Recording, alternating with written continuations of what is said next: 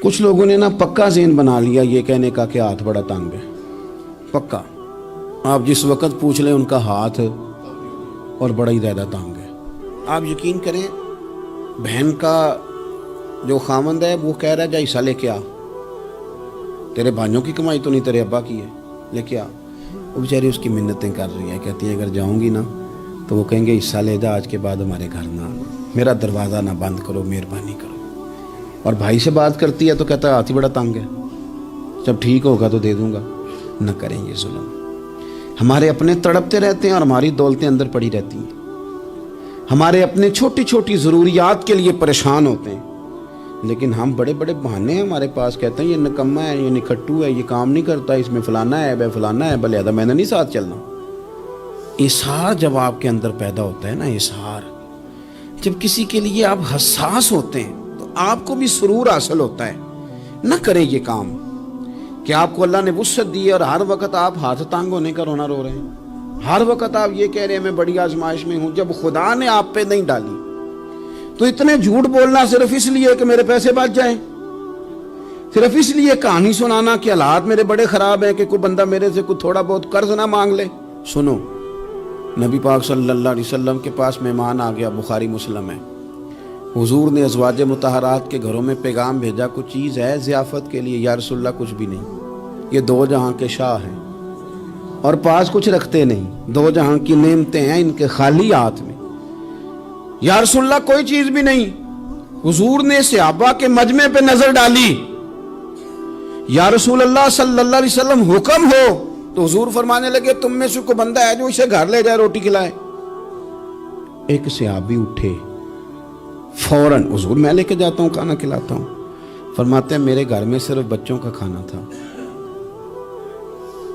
یہ نہیں کہ فریزر بھرا ہوا ہے نعمتوں سے, صرف بچوں کا کھانا. یہ نہیں کہ کسی کو دیکھ کے اپنی ہنڈیا پہ برتن دے لیا, صرف بچوں کا کھانا. کہتے ہیں گھر گیا, بیوی سے کہا کیا کیفیت ہے؟ کہنے لگی بچوں کی روٹی ہے. میں نے کہا بچے سلا دے,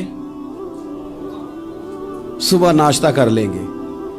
تو کہنے لگی آپ کیا کھائیں گے؟ تو میں نے کہا نہ میں کھاؤں گا نہ تو کھائے گی, مہمان جو نبی پاک کا ہے. کہا اچھا, اب ذرا تجویز دیکھو میاں بیوی کی سوجھی آپس میں. کہتے ہیں کھانا لگا دینا کیونکہ ایک آدھ بندے کا کھانا ہے. اپنی غربتوں کا ہر جگہ اظہار کرنا, رونا رونا. یہ دیکھو غربت کیسے چھپائی جا رہی. اس کو کہا نہیں کہ چل تو تھوڑا رحم کھا, تو آیا ہے تو تھوڑا رحم کھا, یہ نہیں کہا. کہا اٹھ کے نا تو کھانا رکھنا اور اٹھ کے نا چراغ ٹھیک کرنے کے بہانے بجھا دینا. ہم دنیا والوں کے سامنے کیوں اپنے دکھ بیان کریں؟ ہم جو کہیں گے رب رسول کی بارگاہ میں کہیں گے. تو نا چراغ ٹھیک کرنے کے بہانے. اہلیہ اٹھی, کھانا دینے کے بعد چراغ ٹھیک کرنے کے بہانے بجھا دیا. خامد بھی ہاتھ چلاتے رہے, بیوی کبھی برتن رکھتی کبھی اٹھاتی, پتہ چلے کہ کھانا کھا رہے ہیں, کھانا کھایا جا رہا ہے.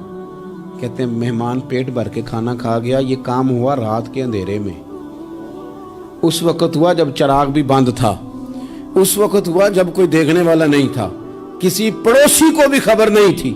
فرماتے ہیں صبح کے اجالے میں اس مہمان کو لے کے مسجد نبوی میں نے قدم رکھا تو نبی کریم نے فرمایا رات جو تم نے کام کیا ہے نا اسے دیکھ کے میرا رب بڑا مسکرایا ہے, اللہ بڑا مسکرایا ہے. اللہ تر دامنی پہ شیخ ہماری نہ جائیے, ہم دامن نہ چھوڑ دیں تو فرشتے وضو کریں.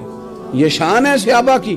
نبی کریم علیہ السلام نے فرمایا رب رات مسکرایا تیرا یہ انداز دیکھ کے, اور اس نے قرآن نازل کیا وَيُبْصِرُونَ عَلَىٰ أَنفُسِهِمْ وَلَوْ كَانَ بِهِمْ خَصَاصَةٌ. کچھ لوگ وہ ہیں جنہیں بڑی بھی ضرورت ہو تو دوسروں پر اثار کر دیتے ہیں, قربانی دے دیتے ہیں. رب مسکرایا ہے, اندر پیسے رکھے ہوئے ہیں, اندر پیسے رکھے ہوئے ہیں.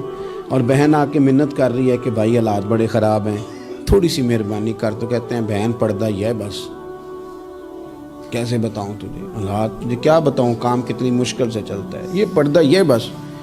بہرحال اگر تو نے کہا ہے نا 50,000 تو میں زیادہ نہیں کوئی 20 کو دے دوں گا تجھے, وہ بھی خاصی نیکی کر کے, وہ بھی بتا سکھا کے. رات اماں پہ علیحدہ سے احسان چڑھاؤں گا, ابا پہ علیحدہ سے چڑھاؤں گا کہ تمہاری بیٹی کے ساتھ تعاون کرنا, سارے علاقے کو ویسے ہی بتاؤں گا. اور وہ غریبنی بیچاری 20,000 لے کے گھر گئی ہے, پھر سفارشیں کر رہی ہے کہ مہربانی کرو. میں نے ایسے بھی دیکھے ہیں جو پہلے بیوی کو پکڑاتے ہیں, تو دے